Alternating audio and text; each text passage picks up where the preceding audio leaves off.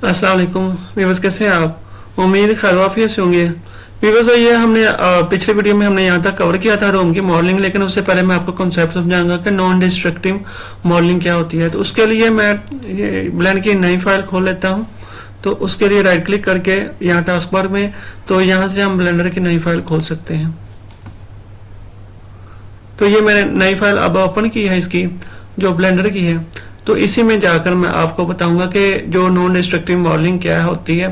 तो सबसे पहले मैं इसकी जो कॉपी बना लेता हूँ इस क्यूब की समझने के लिए। तो इसके लिए रेंच आइकॉन में जाके इसको अरे मॉडिफायर लगाता हूँ।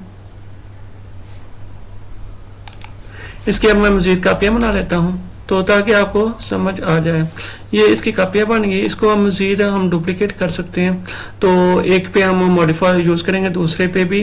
तो लेकिन दोनों में हम फर्क जानेंगे कैसे हम डिस्ट्रक्टिव मॉडलिंग और नॉन डिस्ट्रक्टिव मॉडलिंग में कैसे काम करते हैं।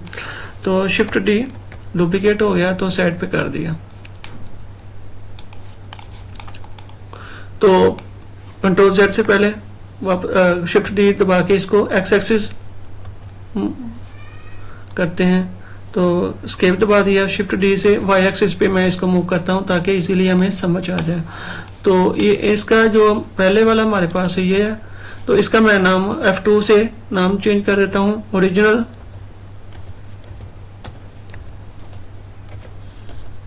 जो सेकंड है हमारे पास शिफ्ट डी से आया, इसका मैं नाम रखता हूं डुप्लीकेट। ये हमारे पास डुप्लीकेट है।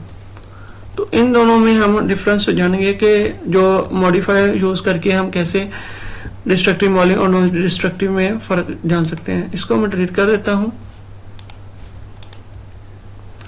तो आपने जाना है प्रेफरेंसेस में, जाना है एड ऑन्स में, जाना है। तो यहाँ पे MOD मॉडिफायर को सर्च मारना है। तो यहाँ पे मैंने ये इंटरफेस मॉडिफायर टूल्स, इसको आपने चेक करके सेव करके यहाँ से प्रेफरेंसेस पे करके फिर आपने ये काम करना अगर आपका अनचेक है यहाँ से। तो सबसे पहले मैं इस पे अरे मॉडिफायर पे यूज किया इसको। तो अब मैं इसको एडिट मोड में जाता हूँ। तो ये देखें हमारे पास एडिट मोड में जाता हूँ तो ये किसी और को सिलेक्ट नहीं करता, सिर्फ एक को सिलेक्ट करेगा। तो इस पे जाता हूँ, इसके एडिट मोड में जाता हूँ तो इस पे भी नहीं, क्योंकि इस पे अभी मैंने अब काम करना है। इसको मैंने वैसे जो अरे मॉडिफायर है वो लगा हुआ है, इस पे जाके मैं इसको अरे मॉडिफायर को यहाँ से अप्लाई कर देता हूँ। ये हमारे पास अप्लाई हो गया। अब मैं इसके एडिट मोड में जाता हूँ तो ये देखें हमारे पास एक एक सिलेक्शन हो जाएगी, एक एक। ये आप इसको देखें। लेकिन अगर मैं ऑब्जेक्ट मोड में जाके या जो ओरिजिनल है इसका मैंने अरे मॉडिफायर अप्लाई नहीं किया, तो इसके मैं एडिट मोड में जाता हूं तो देखिए हमारे पास सिंगल ही यूज होगा, एक ही, दूसरे नहीं यूज होंगे क्योंकि अभी मैंने अप्लाई नहीं किया। तो व्यूअर्स, ये क्या है डिफरेंस, क्या है नॉन डिस्ट्रक्टिव? ये है कि हमारे पास ही अगर मैंने यहाँ पे अप्लाई नहीं किया तो लेकिन आने वाले वक्त में इसको मैं अगर एडवांस लेवल पे लेके जाता हूँ, हमें टेक्सचरिंग में जरूरत पड़ी है कि हमने इसको अरे मॉडिफायर को चेंजिंग करनी है। फर्स्ट करो हमने काउंट का 4 का 5 कर देना है, तो ये 5 तो हो जाएगा। लेकिन अब अगर हम इसको सिलेक्ट करते हैं तो इस पे अरे मॉडिफायर नहीं आ रहा, तो ये हमारे पास डिस्ट्रक्टिव मॉडलिंग होगी। यानी कि जब हम अप्लाई करते हैं तो उसके बाद वो दोबारा से हमें टेक्सचरिंग में या कोई एडिटिंग करनी है मजीद, तो वो दोबारा हमारे पास मॉडिफायर नहीं आएगा क्योंकि हमने वो पहले ही अप्लाई कर दिया था। इसकी दूसरी एग्जांपल हम लेते हैं।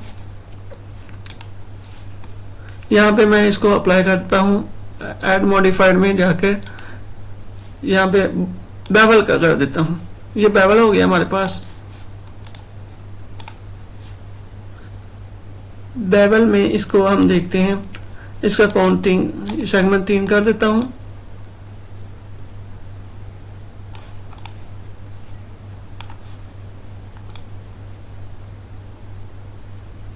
अगर मैं इस पे बेवलिंग का करता हूं अप्लाई बेवल, ये डुप्लीकेट है मेरे पास, तो इसके जो सेगमेंट 3, अब ये देखें इसको मैं अप्लाई कर देता हूँ, अप्लाई ऑल कर दिया, ये अप्लाई हो गया। तो लेकिन जब आगे आने वाली वीडियोस में, आने वाले प्रोजेक्ट में मैं कोई काम करता हूँ, अगर इस पे काम करता हूँ तो ये तो हमारे पास बेवल की ऑप्शन भी आ गई अरे की, क्योंकि हमने अप्लाई नहीं किया हुआ। तो लेकिन इस पे करता हूँ तो इसमें ना अरे आ रहा है ना बेवल आ रहा है, तो ये हमारे पास डिस्ट्रक्टिव मॉडलिंग होगी।